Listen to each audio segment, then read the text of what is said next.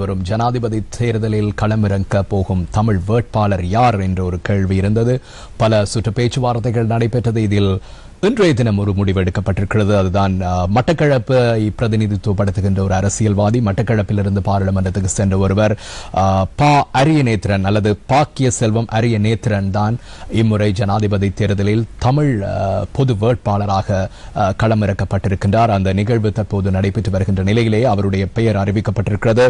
இவர் 2004ஆம் ஆண்டு மட்டக்களப்பு மாவட்டத்தில் போட்டியிட்டிருந்தாலும் அவர் தோல்வி அடைந்திருந்தார். அதனை அடுத்து 2004ஆம் ஆண்டு கிங்ஸ்லி ராஜநாயகம் தன்னுடைய பதவியை துறந்ததை அடுத்து அவர் பாராளுமன்றத்துக்கு சென்றிருந்தார். அதனை அடுத்து 2010ஆம் ஆண்டு அவர் பாராளுமன்ற தேர்தலில் போட்டியிட்டு குறிப்பாக மட்டக்களப்பு மாவட்டத்தை பிரதிநிதித்துவப்படுத்தி தமிழரசு கட்சி சார்பிலே அரியநேத்திரன் பாராளுமன்றத்துக்கு தெரிவு செய்யப்பட்டிருந்தமை குறிப்பிடத்தக்கது.